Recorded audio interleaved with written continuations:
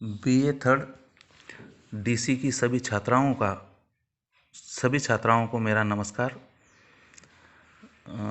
पिछले लेक्चर में हम लोगों ने देखा था कि निबंध विधा किस तरह की होती है। निबंध यह जो विधा है इसका स्वरूप किस तरह का होता है।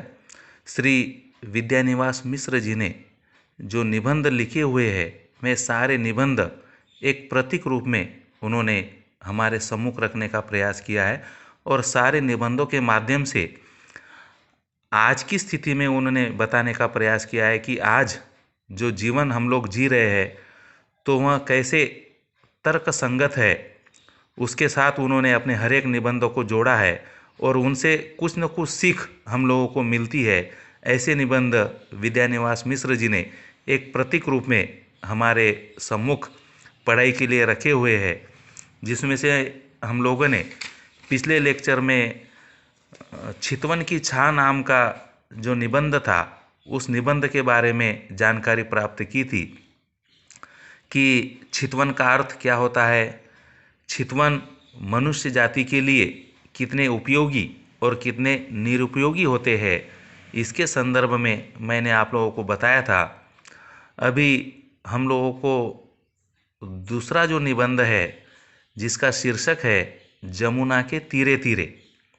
अभी जमुना के तीरे तीरे नामक इस निबंध के द्वारा निबंधकार श्री विद्यानिवास मिश्र जी हमें क्या समझाना चाहते हैं, कौन सा संदेश वह हमें देना चाहते हैं, यह हमें देखना है।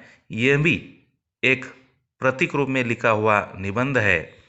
अभी श्री विद्यानिवास मिश्र जी ने प्रस्तुत निबंध के अंतर्गत जमुना नदी को प्रतीक बनाकर मनुष्य जाति का जीवन किस तरह से जिया जाता है इस संबंध में जानकारी देने का प्रयास किया है। निबंधकार विद्यानिवास मिश्र ने इस निबंध में यह बताया है कि जमुना नदी के किनारे किनारे चलते समय नदी के अंदर उतरने का मोह मनुष्य में हो जाता है, परंतु प्रत्यक्ष रूप में जब वह नदी के पानी में उतरना चाहता है तो उसके मन में नदी में डूबने का भय निर्माण हो जाता है। ठीक उसी तरह से जिस तरह मनुष्य के मन में संसार के प्रति तथा सांसारिक जीवन के प्रति आकर्षण तो रहता है, परंतु मन में इस बात का भय भी बना रहता है कि इस संसार रूपी नाव में बैठकर मैं दूसरे किनारे तक पहुंचूंगा या नहीं, इसका भय सदैव उसके मन में बना रहता है। छात्राओं, जिस प्रकार नाव में बैठकर यात्री दूसरे किनारे पहुंचने की आकांक्षा रखते हैं, किंतु जाते समय अनेक तरह की समस्याएं उन्हें सताती रहती है, जैसे कि अचानक आंधी या तूफान का आ जाना या फिर नाव में छेद पड़ जाना। ऐसी अवस्था में नाव में बैठे हुए यात्री सुरक्षित रूप से दूसरे किनारे तक नहीं पहुंच पाते।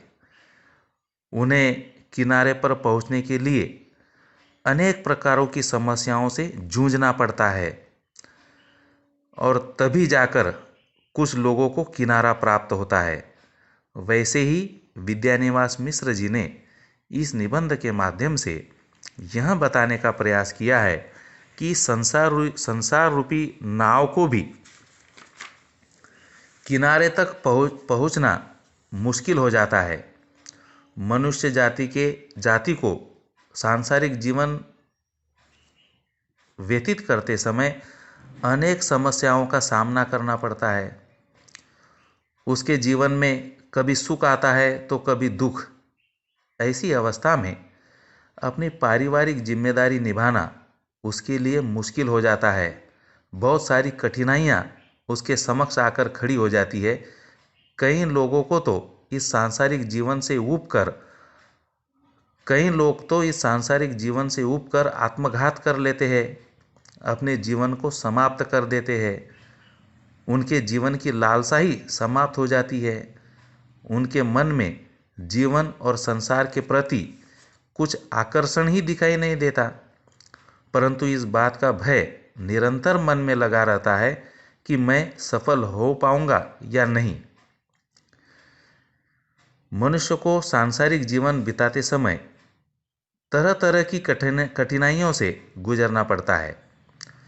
खुद के बारे में और परिवार के बारे में तो सोचना ही है, परंतु समाज और दुनिया के बारे में भी सोचना पड़ता है।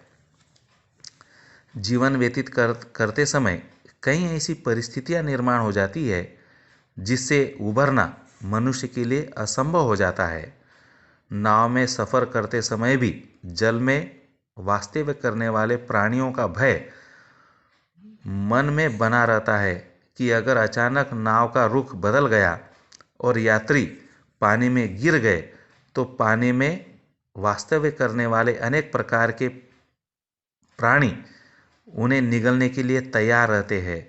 वैसे ही सांसारिक जीवन में भी बहुत से लोग ऐसे होते हैं जिनसे दूसरों की तरक्की, दूसरों का विकास सहा नहीं जाता। उस आगे जाने वाले व्यक्ति को कैसे रोका जाए, इसके बारे में ही निरंतर रूप से तरह तरह के हथकंडे तथा षड्यंत्र कुछ लोग बनाते रहते हैं। इस निबंध के माध्यम से विद्यानिवास मिश्र जी को यही बात स्पष्ट करनी है कि मनुष्य अपने सांसारिक जीवन में आसानी के साथ सफलता प्राप्त नहीं कर पाता। वह कठिन परिश्रम और हौसलों के बल पर ही इस संसार रूपी नाव में बैठकर किनारे तक पहुंच पाता है। अन्यथा कई लोगों को अपनी जान से हाथ भी धोना पड़ता है। तो छात्राओं, इस प्रकार विद्यानिवास मिश्र के द्वारा इस बात का प्रस्तुतिकरण हुआ है कि जमुना के किनारे किनारे चलते समय मनुष्य के अंतर्गत नाव में बैठकर किनारे तक पहुंचने का कोई विश्वास नहीं होता कि मैं सुरक्षित तथा सफलतापूर्वक किनारे तक पहुंच पाऊंगा या नहीं। उसी प्रकार प्रत्येक मनुष्य के मन में सांसारिक जीवन बिताते समय यह शंका हमेशा बनी रहती है कि संसार रूपी नाव में बैठकर मैं सफलता प्राप्त कर पाऊंगा या नहीं। यही आशय इस निबंध में प्रस्तुत हुआ है। जिस तरह नाव में बैठकर सफ़र करते समय बीच में भय बना रहता है कि कभी भी किसी भी तरह का बवंडर या कोई भी आंधी आने से हमारी मृत्यु हो सकती है, उसी तरह सांसारिक जीवन व्यतीत करते समय मनुष्य में हमेशा यह भय बना रहता है कि संसार रूपी जीवन में मैं सफल हो पाऊंगा या नहीं। इस तरह उसे सांसारिक जीवन बिताने की लालसा भी उसके मन में होती है और एक भय भी उसके प्रति उसके मन में बना रहता है।